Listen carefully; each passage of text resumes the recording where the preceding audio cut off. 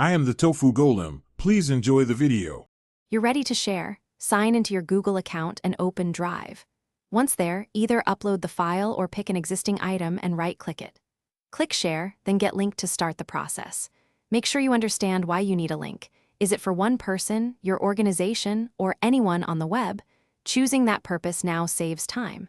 Once you've opened the sharing dialog, you'll see the default access level and the first set of options to adjust. Now refine who can do what.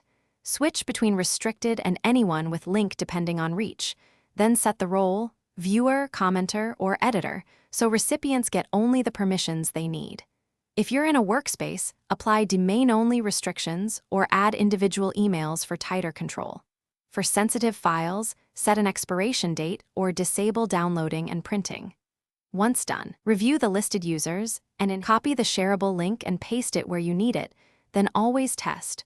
Open in an incognito window or have a colleague confirm access. If the link is too long, use a shortener, but remember it doesn't change Drive permissions. Make final changes by revoking access or changing roles if you spot a mistake. If something goes wrong, the quickest fix is to recheck whether the recipient is signed into the allowed account and verify any folder-level permissions that may override file settings.